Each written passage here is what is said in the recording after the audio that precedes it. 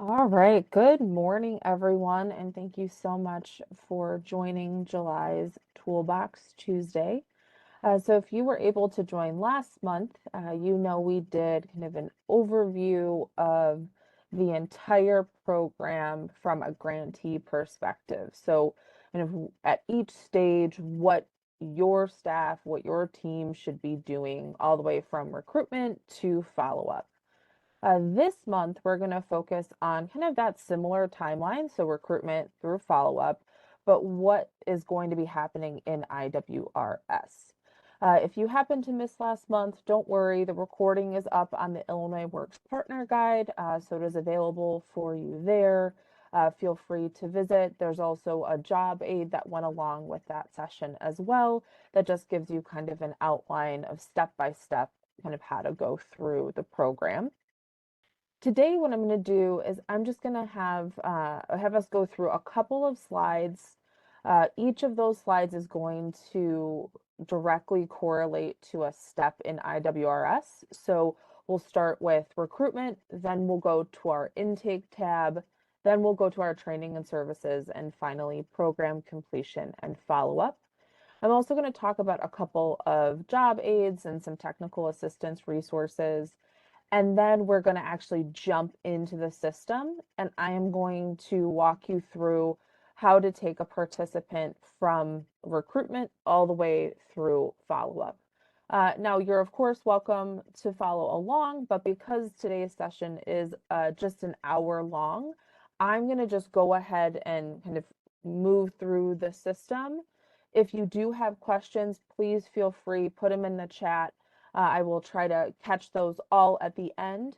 Any that I cannot answer just during our time today, I will make sure to create kind of an FAQ and send it out in our follow-up email after this session. So let's go ahead and get started. So our very first step in IWRS is going to be your recruitment. So here I'm calling it recruitment tab. That's our participant recruitment and engagement screen. So most of you will know this as kind of our first home screen when you log on. When you go to add a participant, you are going to click from that screen, the button that says add participant, and you'll be taken to an inquiry screen. So it's just going to ask you for their basic information, and then it'll ask you for their lead type. So just as a reminder, the lead types are hot, warm, cold, and closed. The vast majority of your participants are likely to come in at that hot and warm stage. So usually we're not seeing a lot of people kind of from the start enter a cold lead or a closed lead. It's usually they come in as hot or warm, and then over time, they disengage.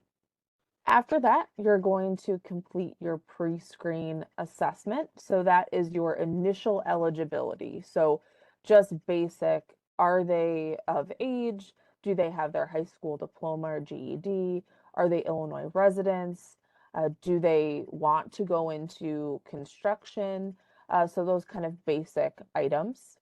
And then you're going to determine if that participant wants to move on to an application or they want to stay as an inquiry. So again, we're going to walk through this in the system together, but just trying to kind of lay the groundwork here for what happens on that first initial step of adding your participant. So next up, you're going to get into your intake tab. So this is where you will complete your application. You'll enter your average interview score and interviewer names. You'll upload both interview sheets from those interviewers. So again, we want to make sure those interview sheets are filled out by the interviewer, not by the participant. So make sure anything you upload is completed by that interviewer. You'll upload the commitment agreement and making sure that it's signed both by the participant and a staff member. As a reminder, that commitment agreement is the way that we here at Illinois Works are able to actually legally access the data from the participant. So without that agreement, we actually are not technically supposed to be looking at any of their data. So we really want to make sure to have that agreement in there.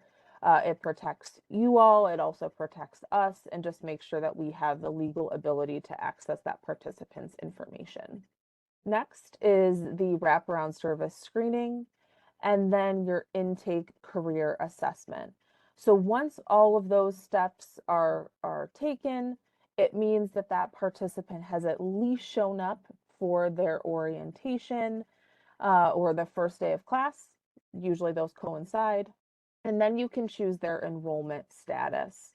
So all of these items are on the tab that is labeled intake on that participant profile. So the next tab is the training and services tab. So on this tab, you're going to enter attendance on each training service. As a reminder, you do not need to enter attendance for wraparound services, student support services, or transition services. We only need attendance for those training services. So just keep that in mind. You'll also enter your post-assessment scores on each training service. This is where you'll upload your certificates, so NCCR, MC3, ICCB, first aid CPR, OSHA. Some of you have flagger, forklift, whatever other certifications. This is where you'll upload them. You'll also upload the earned credentials on those training services. So on the training service for first aid CPR, you'll add that earned credential there for OSHA 10, and then for whichever construction curriculum you have. You'll update the status of each training and support service. So as they complete or don't complete one of those services, you'll update the goal, or I'm sorry, you'll update the service status. And then you'll also update that goal status once all of those services are complete. So once they've finished, or if they've, dropped out of the program, once you've updated all of the service statuses, you'll then update the goal status. Again, we will go through this, but just want to make sure you have this in one spot for each of the tabs and what's required in that space. And then our final tab is the program completion and follow-up tab. So this is where you're going to enter their overall status for your participant. So if it's complete, complete in transition, or incomplete. This is also where you will update or upload transition documents. So primary transition or secondary transition documents can be uploaded here. And then you can also add in your active tracking follow-up questionnaire. As a reminder, you want to follow up with those participants every 3 months beyond when they successfully complete the program. So again, just another reminder, if they did not successfully complete the program, so they dropped out or something like that, we do not need that follow-up questionnaire. It's just for your individuals who successfully completed the program every 3 months after they complete. So those are our 4 tabs that we're going to review as we go through today. But I also wanted to just share a couple of job aids with you. So I'll be sending both of these out to you in a follow-up email after today's session. But the first one is this data verification sheet. So this sheet is just, and let me just say, both of these job aids are optional. You do not have to use these. These are really just made for your use if they are helpful for you. So if you do choose to use these, don't feel like you have to upload them or send them in to us. They're really just there to help you. So the first one is this data verification sheet. So it's actually 2 pages, and this is just an example of what the first page looks like. It's broken out into each stage of the pre-apprentice life cycle, and then what needs to be done in IWRS or hard copy for each of those stages. So I've seen some of our grantees kind of print one of these out for each of their participants and keep a hard copy in their file. And then as they enter things into IWRS, they kind of check it off. However you want to use this, you can keep it digitally, whatever you want to do with it. But it's just a good way to kind of keep on track, make sure that at each stage you're entering the appropriate information.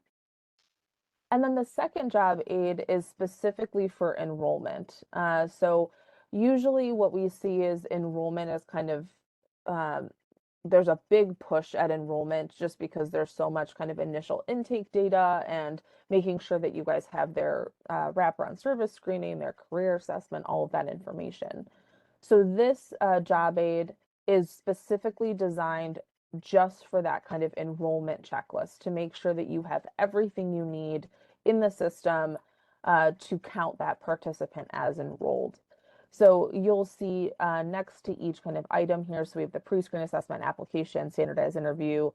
There are kind of little icons that will tell you, does this need to be directly completed into IWRS? Does this need to be completed on hard copy and added in later? Whatever that might be. So again, both of these will be sent after the session today. Feel free to use them. They're really just meant to be tools to help you guys make sure that all of your data is in there and verify it as we kind of come up to compliance. So next up is a couple of technical assistance resources for you.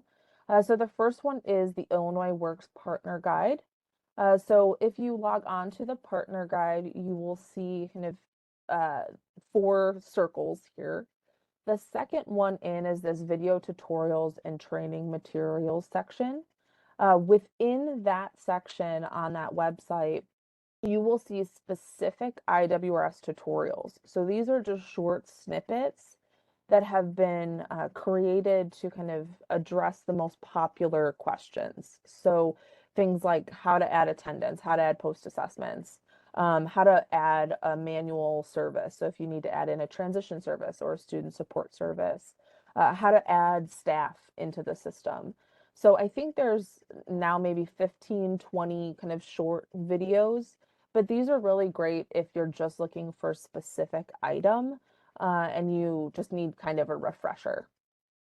Also on this page are all of our previous webinars. So you'll see in here we have all of our IWRS sessions. Those are all available to you, so you can feel free to kind of go through those. If you have a new hire that's learning IWRS, that's kind of the best way to go about it, is have them watch those, go through those, and get the information there. Next up is this full list of resources. So again, on that main page, you'll see this row of 4 circles. The third circle in is the full list of resources. So this page not only has documents, so like templates, exhibits that we have in the grantee manual, but it also has written instructions for IWRS. So this second column from the left is called instructions, and it has detailed instructions for just about every single aspect of IWRS. So you can see here from utilizing that user management where you're adding new staff members, adding services, adding work site placements. There's also full guides on how to add attendance, post assessments, credentials, how to complete a participant when it comes to their overall status. So if you are a video person, go over to the video tutorials and training materials. If you are more of a written instruction person, this full list of resources page is the place to go for you. And then, of course, you can always ask myself or Dan. We're happy to jump on a call with you or answer any questions via email. SIU is also a great resource. So for those of you who have worked with David Garvey, who is our liaison, you'll know how great he is. He is a wealth of knowledge. If he doesn't know it, he can find out. So feel free to reach out to them. You can also submit a help request through IWRS, just asking them for kind of technical assistance that will flag their attention and they can kind of work with you to set up a call or a video. And then finally, starting this summer, we are going to be debuting what we're calling monthly IWRS office hours. So Dan and I, on a monthly basis, will host a couple of hours where it's really just open to any of you to come in if you have questions, if you're facing something you're not understanding in the system, if you're struggling with something in the system. You can log on. We will be there to answer questions, to do demos, but also, it's a great place if, we'll all be kind of in one room, so you can hear from other grantees about what they're looking at and how they're dealing with things. And it's just a great kind of non-structured space where you don't have to necessarily set up a separate meeting with your grant manager with SIU if you just have kind of a quick question. So look out for more information on those in the next couple of weeks here. We'll start to schedule them and get you all of the dates. So before I jump into our demo, are there any questions that I can answer right now? Feel free to unmute or throw a question in the chat. Let's see. Melody saying, I wasn't able to attend the 622 webinar, but that one, yes. So all of our webinars will be on the Illinois Works Partner Guide, and they'll be in that previous webinar section. There are 2 webinars we are still working on posting. So the recent instructor accreditation training and then the transition training that we did. Those are going to be up as soon as possible. We're just working on video editing some of them, so there's less kind of dead spaces during our breaks and things. So those will be up very soon, but all of the other webinars are already available. Any other questions? Okay. Oh, will active tracking be added back to completion status? Johnny, so I think you're maybe talking about program active tracking or post-program active tracking. Is that what you're asking about?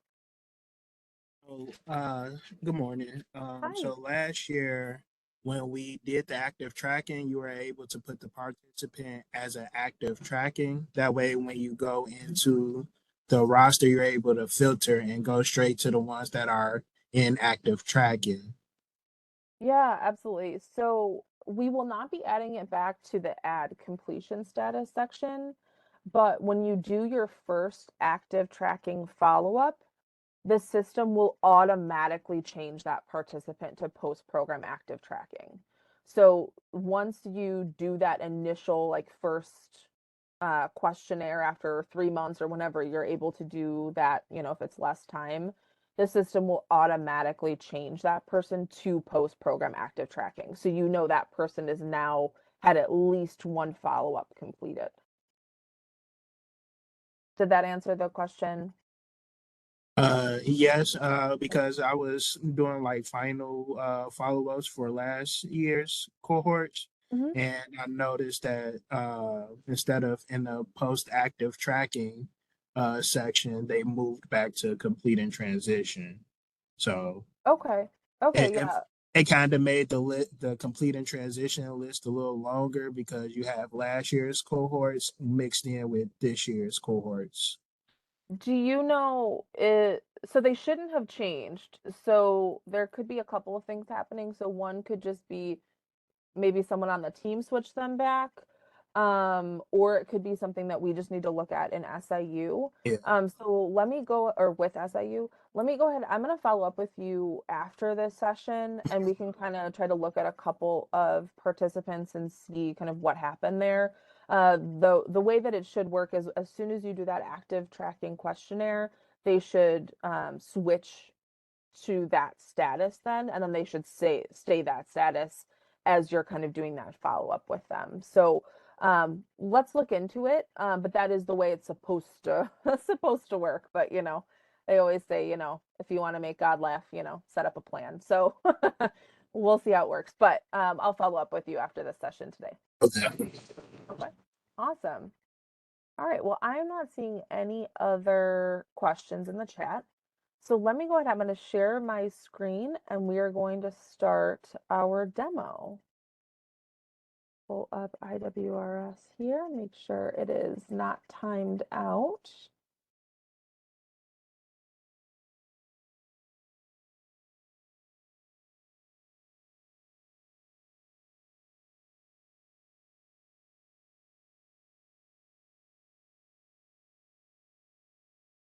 Okay. All right. So I am just on our main IWRS screen here. So if you remember from the PowerPoint that we just went through, this is going to be on that recruitment tab. So this is our participant recruitment and engagement tab. Our very first step is we are going to be adding a new participant. So at this point, you likely are mostly familiar with this page. This is where all of your main participant or all of your participant information is going to be. You can search for individual participants. You can search by a customer status. You can sort down here, but we're just going to go ahead and add a participant. So I'm going to add just a test participant here.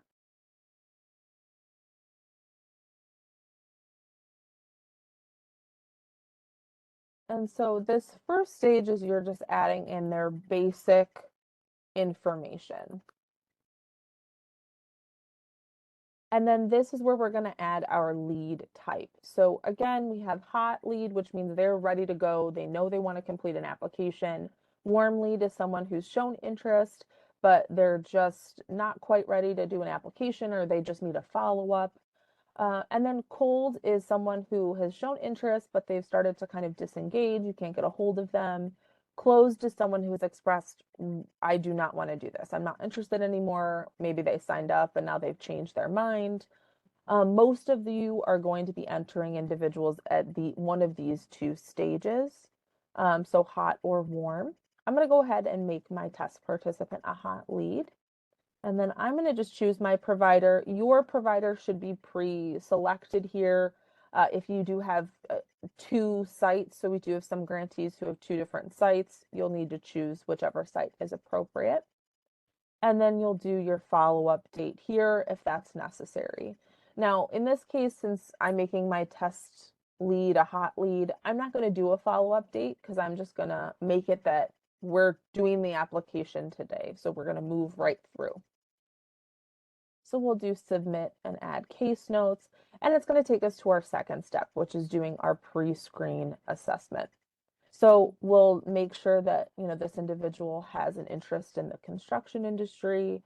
They have the availability to actually attend the program. They have their high school diploma or GED. They're at least 18 years of age and they're an Illinois resident. So again, this is your basic eligibility here. Then we'll choose how they found out about the program. So I'm just going to say social media. This is a great way to kind of identify what marketing strategies are working for your team. This data is available on that export report. So if you want to just pull this information, you can and see kind of where most of your participants are coming from. And that might be a good way to kind of identify where you should keep marketing. Next up, I'm going to choose our pre-screen results. So I'm going to say they do meet the pre-screening requirements and they are interested in participating. And then we're going to make our pre-screen date today. Again, I'm not going to do a follow-up date here, but if this individual did need a follow-up, say they complete the pre-screen, but they want to come back later to do the application, you can add in a follow-up date here. And then we're going to select our sex and then whatever race this individual identifies as. And then we'll submit and add our case note. That's okay there. Now, this is kind of a decision point. So if you want to continue on and do an application with this participant, all you're going to do is complete this and click search for existing applicants. But you also at this stage can decide this person isn't ready to do an application yet. They just want to do an inquiry or they just want to be an inquiry. They're just a lead at this point. Then all you'll do is select this little X here, and that will close out this add applicant and will save the participant just as an inquiry. So you can come back and do an application at a different time. For our purposes today, I'm going to go ahead and move forward since we are going to be going through this whole participant profile. So all I did here is just kind of confirm the email. I'm going to put in a birth date and then a zip code. And that's it. And now I'm going to click on search for existing applicants. So what this is doing is it's looking within anywhere in Illinois WorkNet. So why I'm saying that is because sometimes what you will get is an error that says like account already found or something like that. And your participant will say, I've never applied for Illinois Works before. I've never done anything like that. That's likely because they've either been in a program or they've set up an Illinois WorkNet account at some other point, and the system's just matching their information to that account. There's no problem with it. All you need to do is just submit a help request to SIU and basically just have them merge those accounts. They do that pretty quickly. So once they merge it, you'll be able to kind of move forward with that participant. Now, in my case, there was no participant found, so the system just went ahead and created a new account. This is this participant's username, their password. You can see here it just says that the new account has been created. And then we'll move on with our application. So you will see here that all of this information was basically just carried right over. So I'm gonna just complete our application here. So we have our street address. Let's say our person lives in Chicago.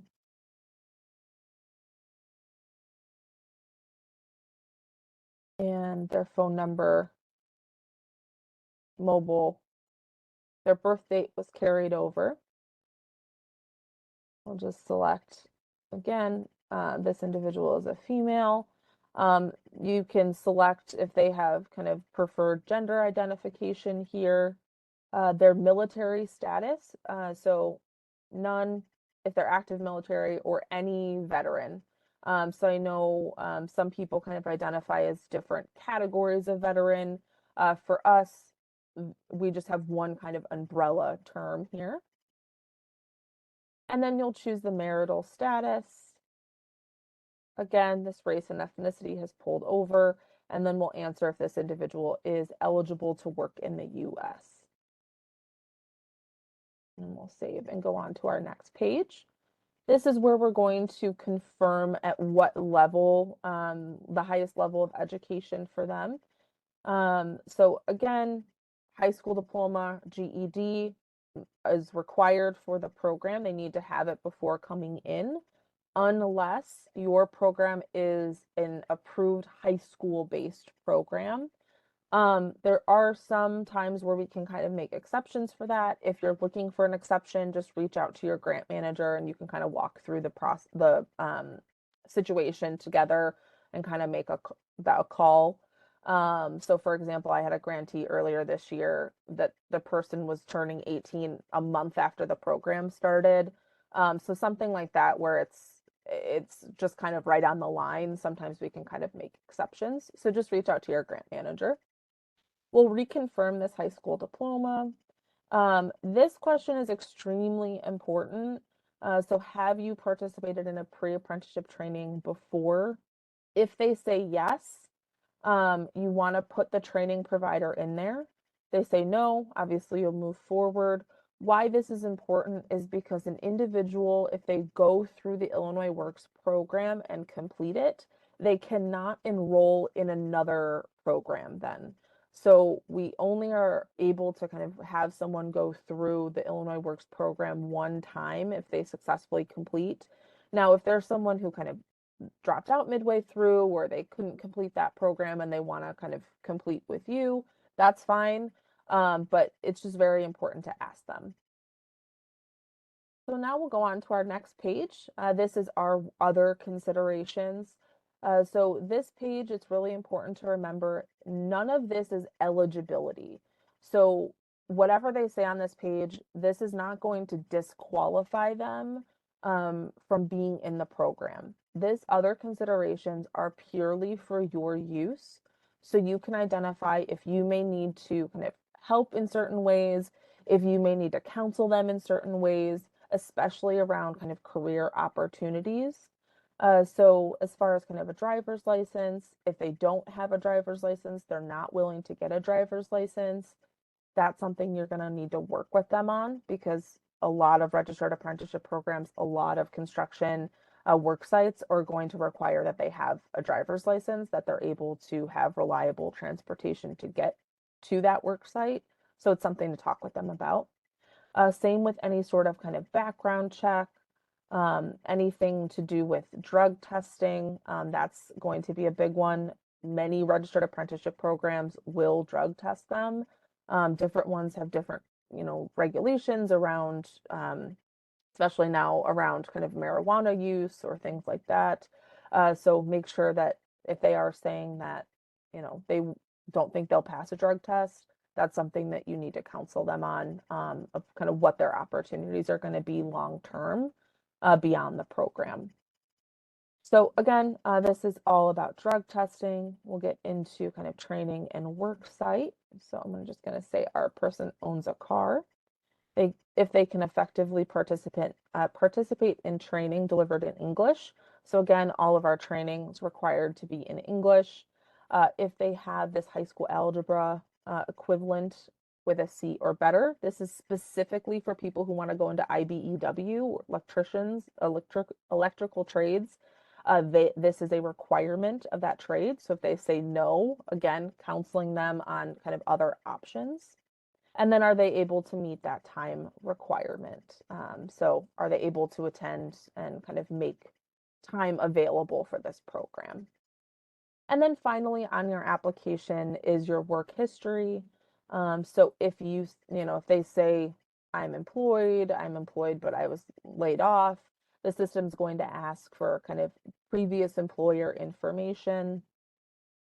If they say I've never worked before, this will kind of all collapse and then these will automatically go to no, because they've never worked before. So that is the end of the application. And you're going to save and submit that. You'll see kind of a summary page of all of the information that you just put in. If you need to go back and kind of edit something, you can click one of these links and it'll take you back to that page. But for us, we're done with that. So we're going to now move to our intake tab. So this was that second slide in our PowerPoint, where we are starting to actually go ahead and enter in information for our participant for their intake. So you can see here, we are now on their profile. We have their pre-screen information that we entered. We have their application that we just completed. Now we're going to go ahead and select that they were selected for an interview. So right here, you can select selected or not selected. Here we would put in our interviewer information. So these are going to be the names of both of our interviewers.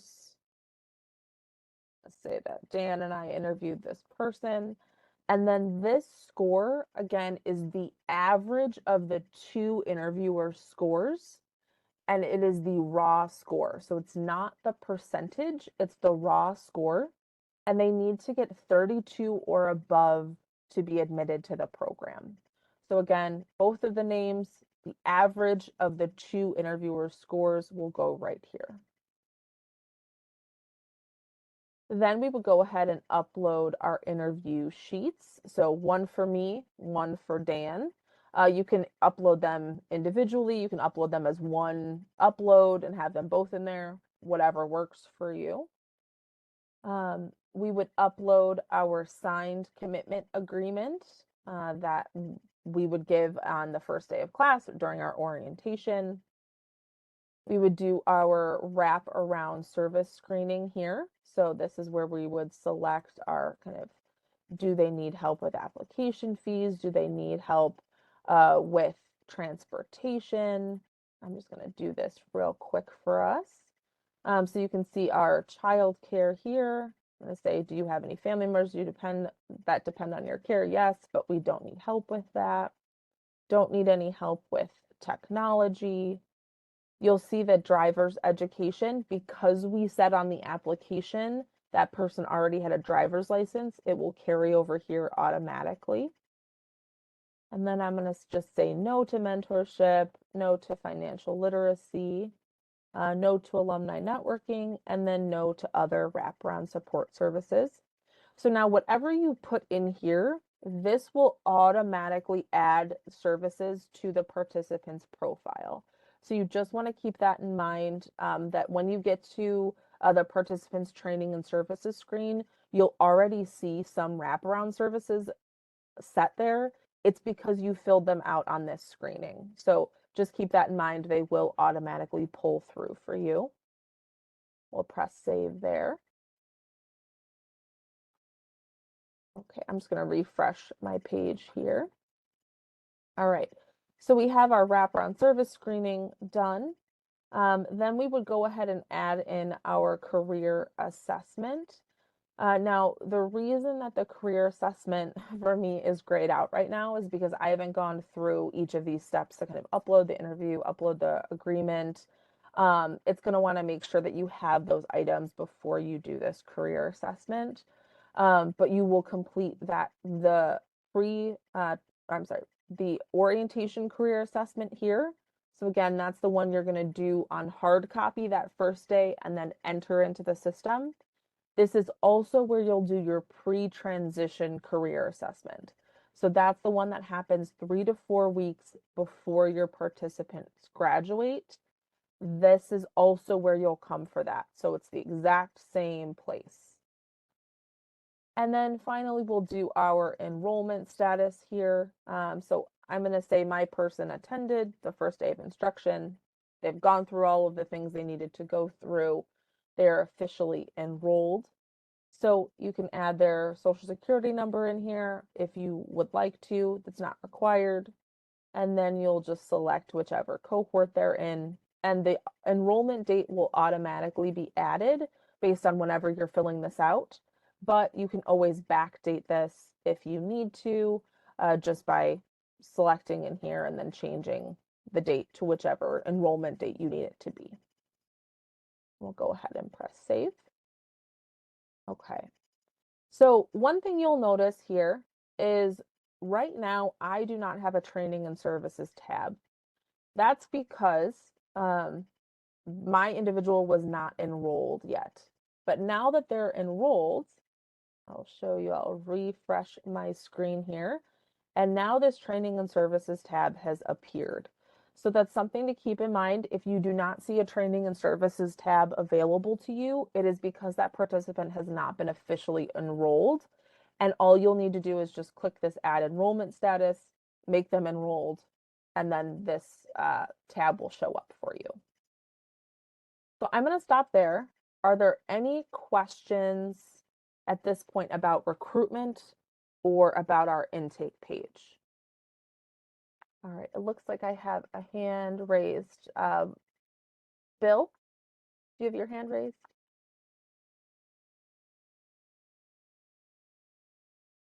Feel free to unmute, Bill, if you have a question. I unmuted you for, can you hear us? Okay.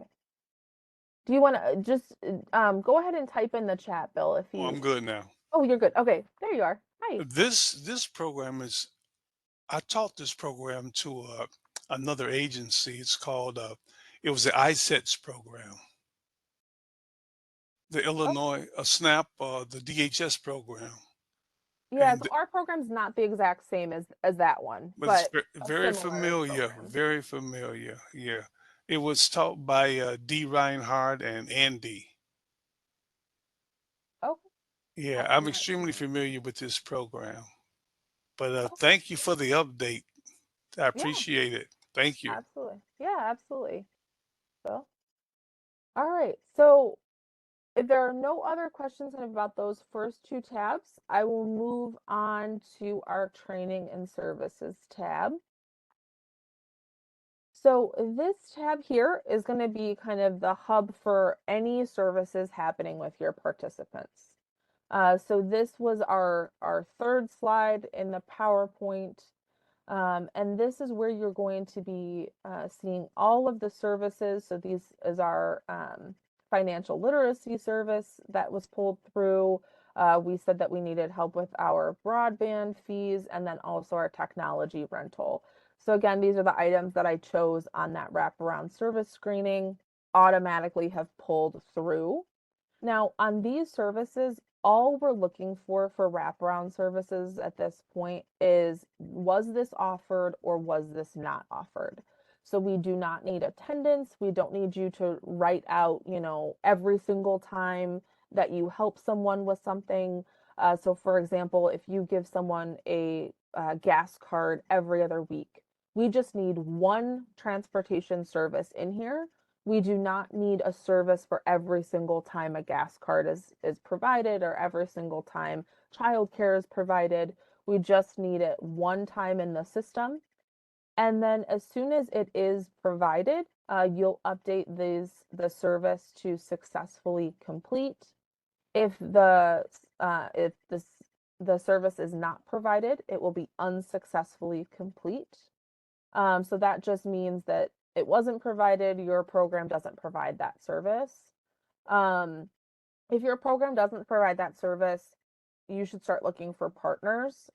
If your participants are identifying they have those needs, you need to find a partner to provide those services to make sure that their needs are being met. And then for wraparound services, if the participant decides, I said that I needed this, but I actually don't, you'll update this to evaluated, not required. So that is for your wraparound services. You'll also see all of your training services down here. So all of these will pull through automatically for you. If your program administrator completed the cohort information section of the grantee details page, all of the dates will also pull over for you.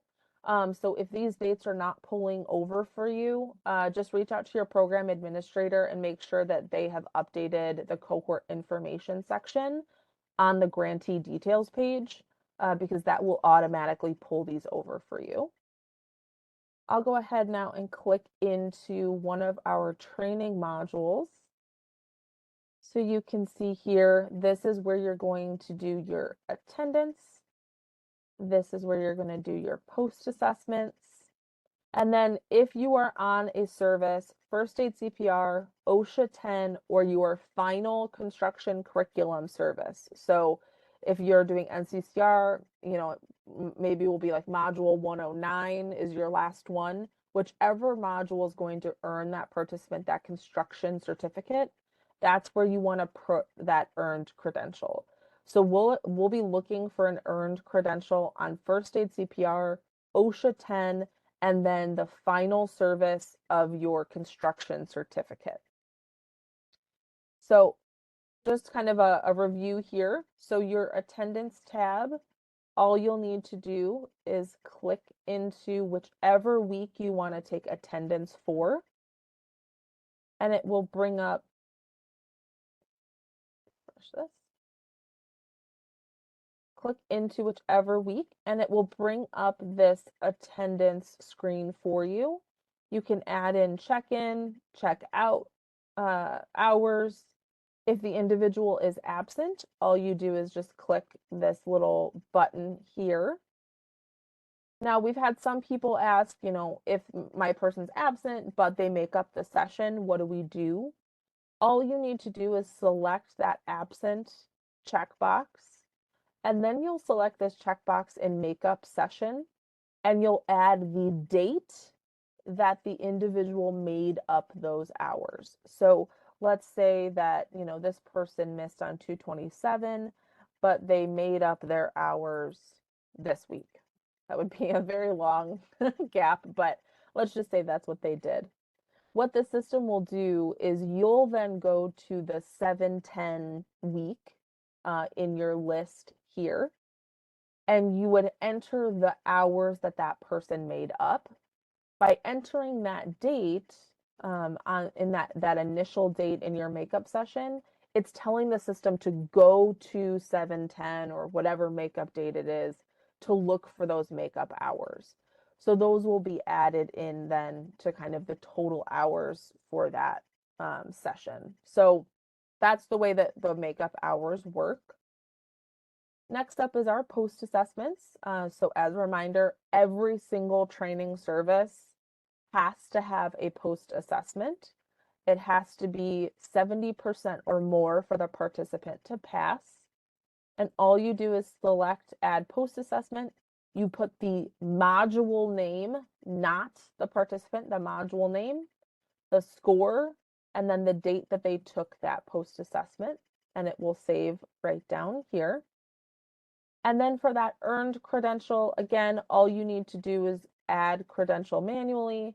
You will put the credential name, so OSHA 10, First Aid CPR, NCCR, MC3, whatever that is, not the participant name. And then you'll complete this form here. And when you press save, so I'll show you here. I'll save.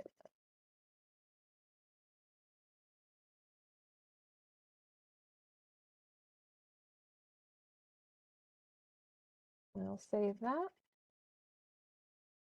So one thing I want to show you here, and this is a new feature, so some of you may have run into this, is if you attempt to add an earned credential prior to uploading the certificate document, the system will stop you from being able to enter it. Now, the reason for that is because the only way that we can kind of get any sort of aggregate data on what uploads have been provided is through this earned credential. So this was designed to really kind of help us and help all of you identify if your certificates have been uploaded or not. So as soon as I were to upload an OSHA 10 credential, this system would now allow me to then enter my earned credential. So let's go over here. I'm going to click out of our service here. In my uploads tab, so again, I'm back on my training and services tab. I'm scrolling down to this left sidebar, grabbing uploads. Once I get into my uploads folder, I'll be able to see everything that has been uploaded into the system, but I'll also be able to upload a file. Now, if I come in here and I select upload a file, you'll see this category. And I want to choose whichever category is appropriate here. So OSHA, First Aid CPR, NCCR, Trades Futures, ICCB. So as soon as I add in an OSHA credential here, so I'm just gonna grab something random here. You'll see I'll go ahead and upload that. That will tell me, or that will tell the system that I can now add my OSHA credential. So again, when I went back to my training and services tab, went to my OSHA module, I'm going to come here to earned credential, type in OSHA.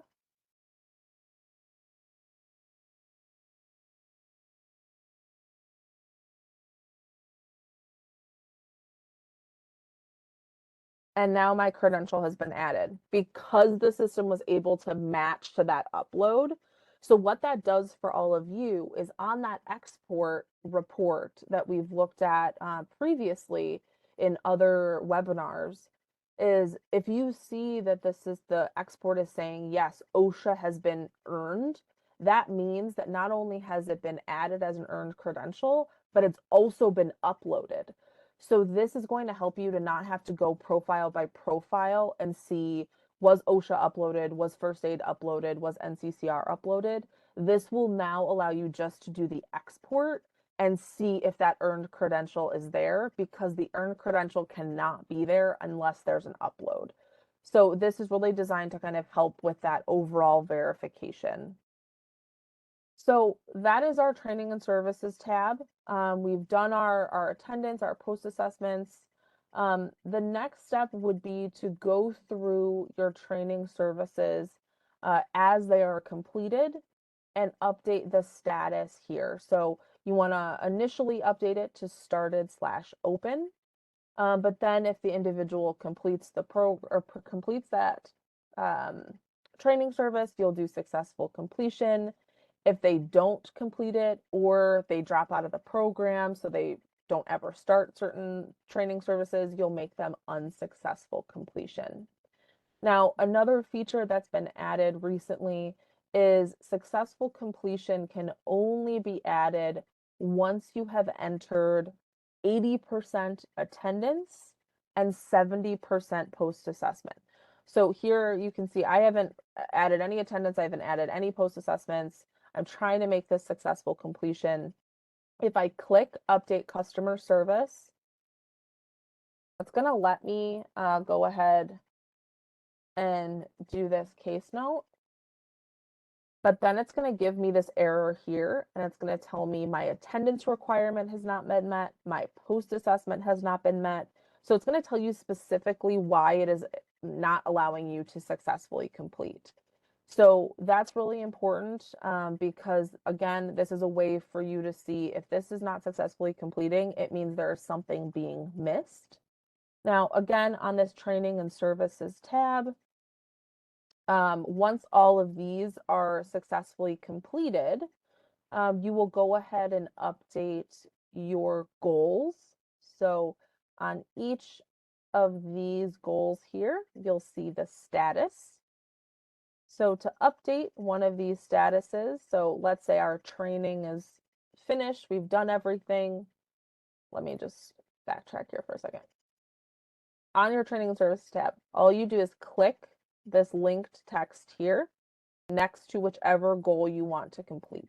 So you'll click not started, and then it will bring you directly to that goal, and then you'll just update the status to whatever is appropriate. So on track means they're moving through the services. Off track or incomplete means that they have missed a service, maybe they dropped out of the program.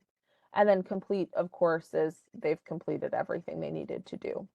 So once we have put in all of our attendance, our post assessments, we've updated our training services statuses, we've updated our goals, it is time to go to program completion and follow up. So again, this is our final slide in our PowerPoint. We have, Christine, before you move forward, this is yes, Diane, and I wanted to ask you back when you were sharing when they missed a day, yes, and I thought that when they miss a day, I select, and that was in February, and then it was all the way in July. I thought that I would go and put that they made it up on like 7/10. I don't remember the date you had, that I put it in attendance. They missed a day here.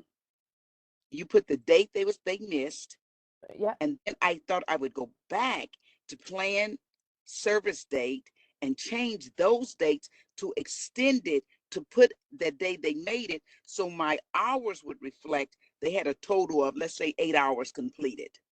If that was, to make, because otherwise, how would you know that they have 8 hours and they're at 100%? Yeah, absolutely. So that's a good point. So, I mean, obviously, in my example, I just put yesterday's date. Oftentimes, we're going to see that they're making it up within those kind of set planned Right? dates. Mm-hmm. But if you do have someone who say, they need to come back and they end up being outside of those planned dates, Yes. you're absolutely right. All you would need to do is on this screen here, you would just extend the planned services dates, Okay. and that would allow the system to then pull through those extra weeks. Right.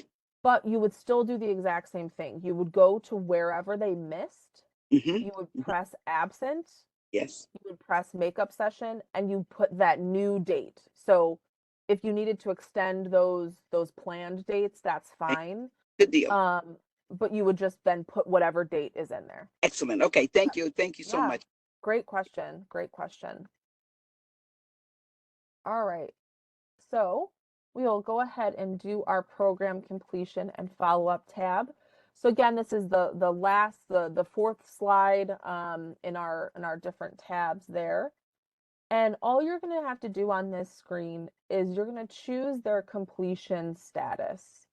So the three primary statuses you'll kind of choose from here once the person has completed the program is going to be complete, complete and in transition, or incomplete. So complete just means they've successfully completed the program, but they're not quite sure where they're going yet. Complete and in transition means that they know that they're either going to a registered apprenticeship program or they are not. So you will see this new option here where it will tell you, are they going or are they not going? And then depending on what you select, the system's going to ask you different questions. So if they're going to a registered apprenticeship program, it's going to ask you, have they already applied? Are they enrolled? What trades are they looking at? Are they currently employed?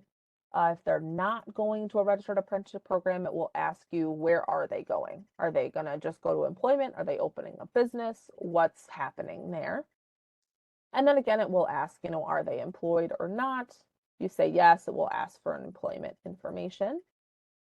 Now, if you select incomplete, the system will just ask for why they're incomplete. So usually we're going to see that incomplete somewhere during the program. So they've dropped out, they changed their mind. Sometimes you will see kind of this incomplete if someone just makes it to the end of the program, but they just didn't pass certain post assessments or they didn't meet their attendance requirements, but they were there the whole time. So you can kind of choose incomplete for them as well. And then, with those individuals, of course, you want to keep working with them to make sure that, hopefully they can complete if they've been there the whole time.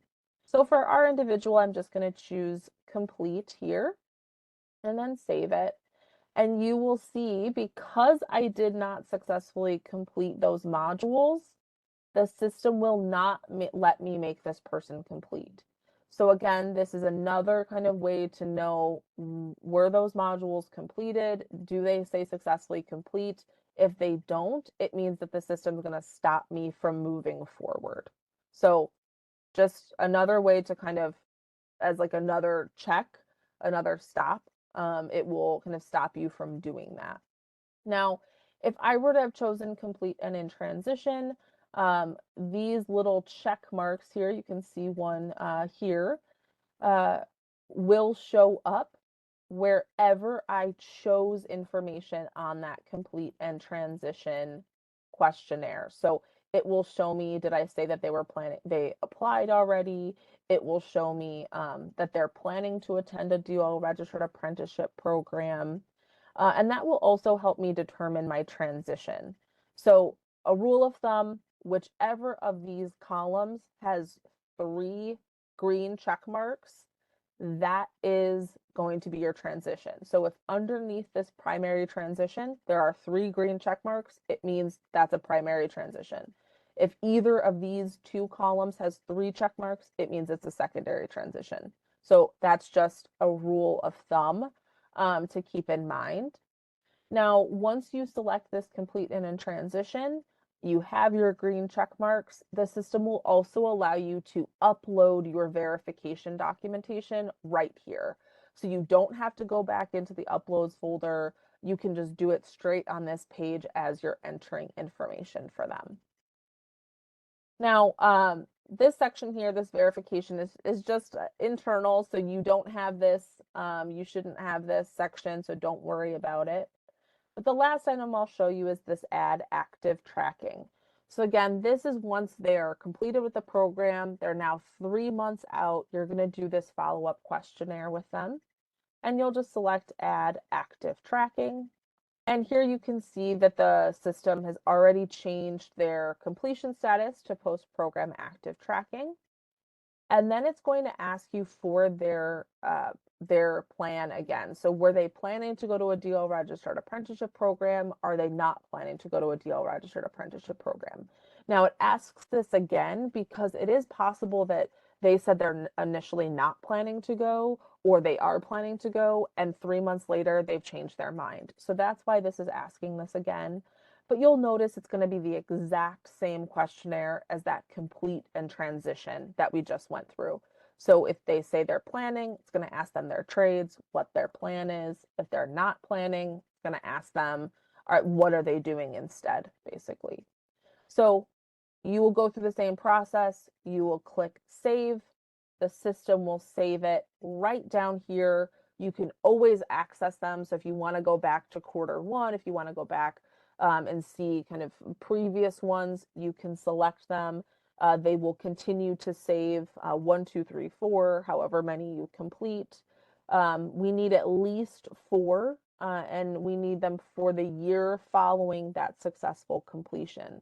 So that is your follow-up process. So those are our kind of main tabs. So from recruitment to intake to training, program completion to follow-up. There, as we kind of talked about in the PowerPoint, there are job aids available to you. There are tutorials available to you. You certainly can always reach out to myself or Dan if you have questions. But that is kind of the walkthrough of IWRS. So are there any questions right now that I can answer before we kind of jump off?